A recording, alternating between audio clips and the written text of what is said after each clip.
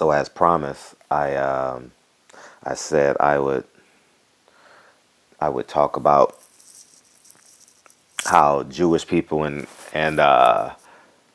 Koreans, how they're able to come over here and amass so much of this property, and it seems like they do it so effortlessly. First, I want to acknowledge before I get into it about the historical perspective about blacks versus every other culture, because we all know about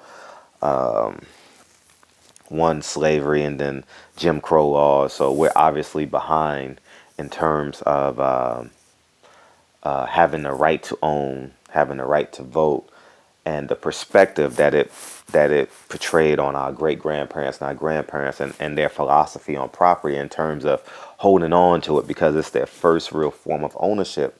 In the early 1900s and especially in the mid 1900s, when the Civil Rights Act was passed and we were able to vote. And so obviously had a 20 meter, 30, 40 meter head start. I'm talking about the Jewish people in terms of owning property, right? But here's what I want to talk about. We're going to omit that for this conversation, and I'm just going to talk about how we, as a people, can do what it takes to actually own property, and then in turn, as I told you guys, double your net worth, double your value. And here's what we need to start doing, and how Asians and Jewish people, they do it. They leverage their credit, right? And what I mean by leverage their credit, and this is so important. So for example, you have let's say you buy a property for, let's use strong round numbers, $100,000, right? Follow me too.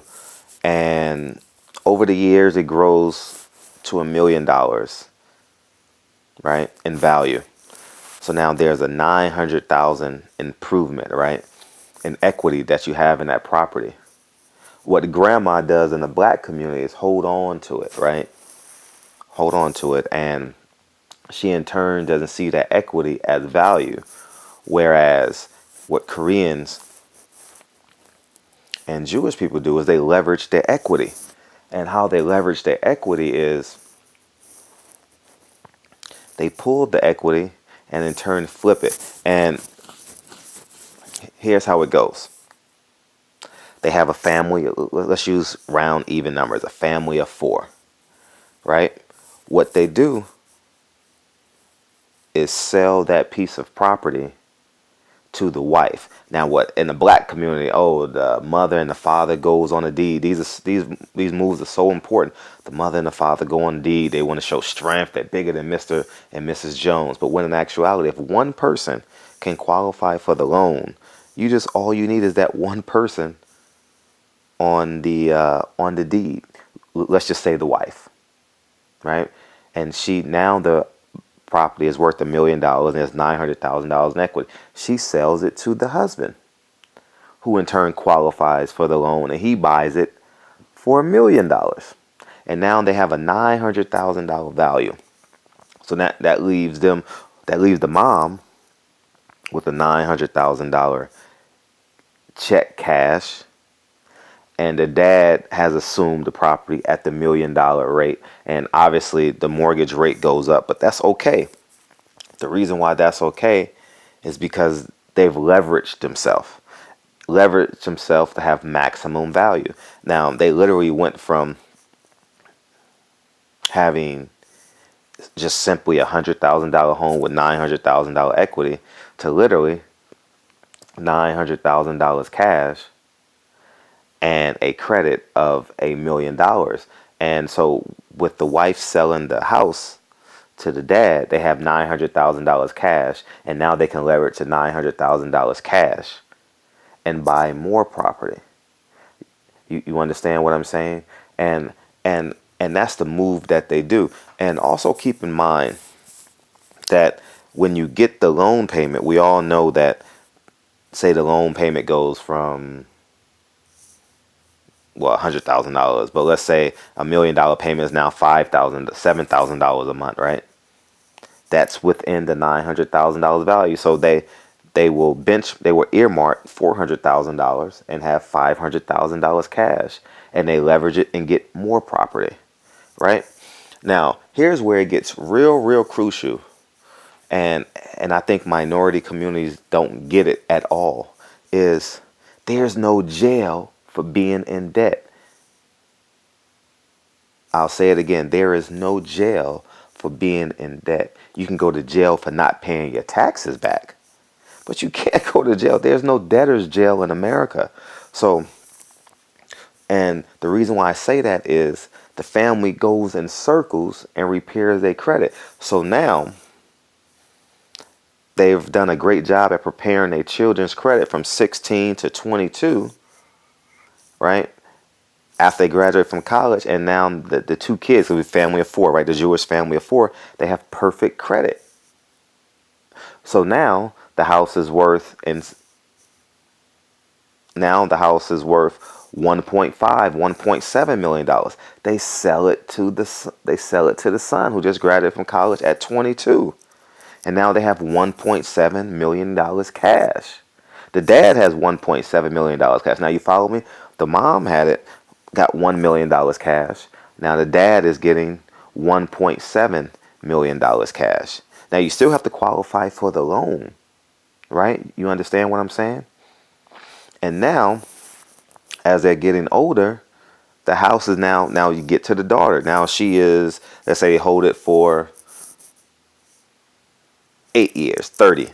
And now the house is worth 2.3. The property is worth $2.3 million. And now they get the check. Now the son gets a check for $2.3 million, and they own it. All while, mind you, here's the most important thing that people don't understand, and the Donald Trumps of the world get it, and everybody gets it. Everyone is an independent business. It's not my husband and the wife are on the deed. They just opened up 4 businesses and got, in a 15-year span, 16-year span, got $1 million check, 1.5 and a 2 point, what number I say, 1.7, $1.6 million check, and a $2.3 million check. Now, if you add those up, that's about $5 million they've gotten in cash, right? And there's no debtors. Even if they ruin their credit, they still have that cash, because I will say it, there's no debtor's jail in America. You can owe people and not go to jail. And everyone is an independent business. So now, in retrospect, let's say you forfeit on payments, you ruin your credit. And that's what they do. Everyone is an LLC. Now the wife has bad credit because they've maximized her, right? They've gotten the American Express card. They've gotten the Visa card. They've maxed it all out. And this is what the Asians do exceptionally well, man. They maximize. They had all this cash, and now the wife has terrible credit. But they don't need her anymore, right? She was first in the line. She has generated $1 million, plus the American Express card, and she has terrible credit now. She started off with perfect credit. But they have used that money, right? Use that money to leverage them, right? They haven't over leveraged themselves. They're still under leveraged, because now it goes to the dad. See, and here's the most valuable thing. You don't die with perfect credit. You die with maximizing your credit. And people don't understand this. People say, oh, black people get so enamored with the generation, 2 generations before me, they're probably 80 now, and they get so enamored with having great credit and building their credit. Remember, you can always rebuild your credit. All right, get the money. People are so fixated with no, because if you have 4 people on a team, then you get 4. You have 4 possibilities. So let's say, for example, a bank. If you have 4 friends, a bank is giving away $45,000 first time business owner loans, right? And all 4 of you guys have decent to good credit, and you guys able to get the 45,000. Now, what the husband and the wife do? They get on the loan together. No, no, no, no. Your husband is a sole proprietor. The wife is a sole proprietor, and the two other friends are sole proprietors. And now you guys have $180,000, right? And you have $180,000 to start the business, right? Because the goal is to get the money. It's just a paper signature. See, people don't understand. It's just a transfer of paper, not the transfer of money, right? The goal is, how can I get this money? People see it as, oh, this is $45,000. No, the goal is to get the money. How can we be creative to get this money, to create this revenue and build this legacy and enhance our last name? All right. And I just think that it's extremely important that we fully understand how to make this work. And how we do this is we build our kids' credit at 16. All right. And from 16 through college, now they have an 880 score. Right. Now the dad has leveraged everything. He's leveraged them to college. He's bought them their first car. He's got them through private school. And people say, where they get all this money from? No, it's just going from person to person to person. And they've maximized their equity. In our communities, we don't maximize our equity because we get so enamored with we're a husband and a wife, and we want to save this credit. And don't forget, the historical perspective has conned and fooled our grandparents into believing we just hold on to the equity until Tommy goes to jail, and we put our house up, or we use it for college. We use it to go on vacation. We use it. No, you use it to build the legacy. You use it to increase your value, right? So now let's say, how can we do this? I'll use me as an example. If I have a property appraised for $1 million, and I have a business partner, I tell my business partner, sell me the house, and we have $1 million cash.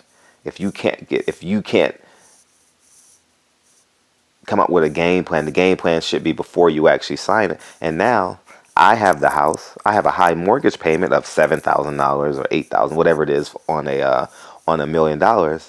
But it's no but. We have $1 million cash to play with. You understand what I'm saying? And they do it 3 and 4 and 5 and 6 times till the property is worth $3 million. Look how many checks they've gotten. Isn't that better than working at $50,000 a year, $60,000 a year, what college promises you? They've gotten $1 million check, 1.7, 2.3, and by the time they get to the fourth person, a $3 million check. And along the way, they have maximized the equity, their liquidity, and in terms of credit cards, because keep in mind, they don't care about mom's credit score. She's done her part, right? If this was a 4x400 meter race, she's run the first leg, right? They've won the first leg, and now they've handed it off to the dad, and the dad hands it off to the son, the baton, and then the son hands it off to the sister. In 20 years, they've made $5 million cash. They've gotten $5 million cash. And now because they've done that, now they own 10 or 15 apartment buildings. They've co-joined with other Jewish partners. And that's what they do. They manipulate the game. And that's what we have to do as black people, is manipulate and understand that it's not about being better than Mr. and Mrs. Jones, man. The goal is to team up with Mr. and Mrs. Jones and manipulate the system. All right, there's so many ways to win in this world, and this is one of the biggest of how they're able to grow their fortunes.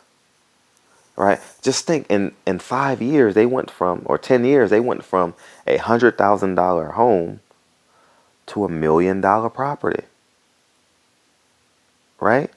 They've got the $1 million from them. I keep on going back because you need to understand this. You need to sit down with grandma. Now let's get to grandma. You need to sit down with grandma and say, Grandma, you're about to die. It's not a morbid conversation. It's when you die, there needs to be a legacy intact. Grandma, you're 85 years old. You don't need that. Your 800 credit score, your conservative 800 credit score, does our family no good if we don't maximize what you have. So now, Grandma, sell me the house. Sell me the house. We're going to get $1 million check, and you're going to invest in our last name. In addition to investing, you're going to pull out all these credit cards. You're going to get, because Grandma has a retirement check, and she has $250,000. You know how grandparents are. They have $250,000 saved. I mean, well, we hope, right? And they're sitting on $1 million home. We see it a lot in Baldwin Hills and the Laderas and the Lamert Parks, and they're sitting on this equity and they don't maximize. So Grandma, sell me the house. I'm going to give you $1 million. Let's say the house is worth $1 million we're going to get $1 million check, right? And we're going to use the $1 million plus all the money from the credit cards. We're going to kill we're going to kill off all your credit that you can get from the banks, and we're going to take all that money. So let's say now we can get $1.4 million out of Grandma because of the credit cards. And obviously, remember, there's no jail for being in debt in America. Grandma doesn't own anything anymore. She's the sole proprietor. Okay? And now we have $1.4 million to play with. All right? And Grandma can live happily ever after, right? In the same house. She's still living in the same house. She just doesn't own it anymore. Her name isn't on the deed. And now when the bill collectors come, who cares? She's 80 years old. Get a cell phone number and put it in Grandma's name and put that on the assignment and just put that phone in the room somewhere, and she'll never ever have to answer it. They'll just come search of her, take her to court, but they can never ever take her to jail. There's no debtor's jail for being in debt. You don't go to jail in America for being in debt. You go to jail for not paying your taxes. But Grandma doesn't own anything. We've manipulated the system. We have $1.4 million. And now we're able to go buy 3 apartment buildings with $1.4 million. Let's say they're 5 units each. Now we have 15 doors. Probably, if you have Section 8 tenants, they have Section 8 tenants. 15 doors, 15 apartments at making $1,500. So that's $15,000. That's $22,000 a month you just made, and now you own that, right? Let's say you own 3 buildings. Now, son, it's time for you. When the equity increases, now you have 4 pieces of property. Follow me, black people. You have 4 pieces of property. You have the house, and you have the 3 apartment buildings that you manipulated, the $1.4 million that Grandma gave you, right? Now, your daughter should have perfect credit by the time she graduates from college. And keep in mind, this is generational. This is generational wealth. Generational wealth, right? Now, she has perfect credit. She has a decent job. She just graduated from college. Now, black man, you sell those 4 properties, the house and the 3 apartment buildings, you sell it to your daughter at maximum value. Now, let's say, 2030, those apartment buildings are worth $1 million each. Remember, you only put down probably 1.5. You put down $400,000 on each property because you had $1.3 million to play with, right? Right? And now the mortgage, let me finish this statement. And now you have now they're worth $1.5 million each. 1.5, 1.5, 1.5. So you have 3 properties at 1.5. Let's say all 4. The house, that's $6 million cash that you're getting in a check form, right? And now your daughter owns all property, and dad has $6 million in cash. Now, the rules of how to invest without paying taxes, that's a whole nother video. But now dad has $6 million. $6 million cash. All because of grandma maximizing what she had at 1.3, 1.4 million. That 1.3, 1.4 has given dad, literally her son, right? Her son, $6 million in cash. Now times that by everybody doing it in the family. Let's say, you know, say your auntie did it, and then your third cousin did it in Virginia. Your third cousin did it in New York. How much is that last name worth now? Everyone is a sole proprietor. It's not we did this as a family. No, if one person can go on a deed, one person go on a deed, and you sell it to the next man. All right. Only the streets where you can get revenge and kill somebody and beat someone up. But at the end of the day, there's no debtor's jail in America. Everyone is so afraid of a bill collector. You know how many bill collectors Donald Trump would potentially have? Remember, he files for bankruptcy every time, right? They they open shopping, they grand opening, grand closing happen so often, right? And these are things that we must learn, man. And I know the historical perspective, but we got to manipulate the system. And that's literally how the Koreans do it. Remember, in a lot of Asian families, the kids rarely leave the house until they get married. And you see how they go and they go buy their nail salon. They own the property. They own all these hair salons. Because what they do is, dad is in debt. They don't give a fuck that dad can't buy another piece of property. His three children can. And they just go around town buying these beauty supply stores. Now they own every beauty salon, beauty store in your city. That's what they do. They don't come over here with a boatload of money. They do it one time, two times, maybe three times. And they keep on reinvesting what they have. Literally have capital. They have capital cash and they still own the property. Because they played the game the right way. And that's what we really, really need to do.